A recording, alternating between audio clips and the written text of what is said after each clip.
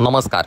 काल बीडमध्ये बजरंग सोनवणे यांचा सत्कार समारंभ पार पडला. त्या सत्कार समारंभामध्ये बोलत असताना बजरंग सोनवणे यांनी ज्या चांगलीच तुफान फटकेबाजी केली, त्या ठिकाणी पार पडलेल्या त्यांच्या सत्कार समारंभामध्ये त्यांनी मनोज जरांगे पाटील व त्यासोबत शरद पवार यांचे आभार मानले. त्यांच्यामुळेच मी जिंकून आलो आहे असं देखील ते म्हणाले आणि मी कायम त्यांना याचं क्रेडिट, याचं श्रेय जे आहे या दोन्ही दिग्गज व्यक्तींना देत राहील असं देखील ते म्हणाले. परंतु त्याचसोबत बोलत असताना त्यांनी जे आहे त्या ठिकाणी बीड जिल्ह्यामध्ये जे आहे मी निवडून आले हे काही लोकांना पचतच नाही अशा प्रकारचं वक्तव्य केलं व त्यासोबत त्यांनी मुंडे बहीण भावांना देखील तुफान त्या ठिकाणी धुतलंय.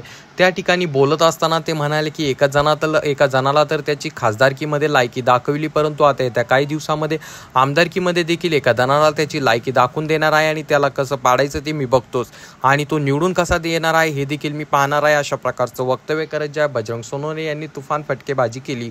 त्या ठिकाणी बोलत असताना ते म्हणाले की गेल्या काही दिवसांपूर्वी हे लोक माझी लायकी काढत होते किंवा मला डिवचत होते. ते म्हणत होते की अरे बजरंगा, तू कशाला निवडणुकीत उभं राहते, परंतु मीच त्यांना त्यांची लायकी दाखवून दिली आहे अशा प्रकारचं वक्तव्य करत त्यांनी तुफान फटकेबाजी केली आहे.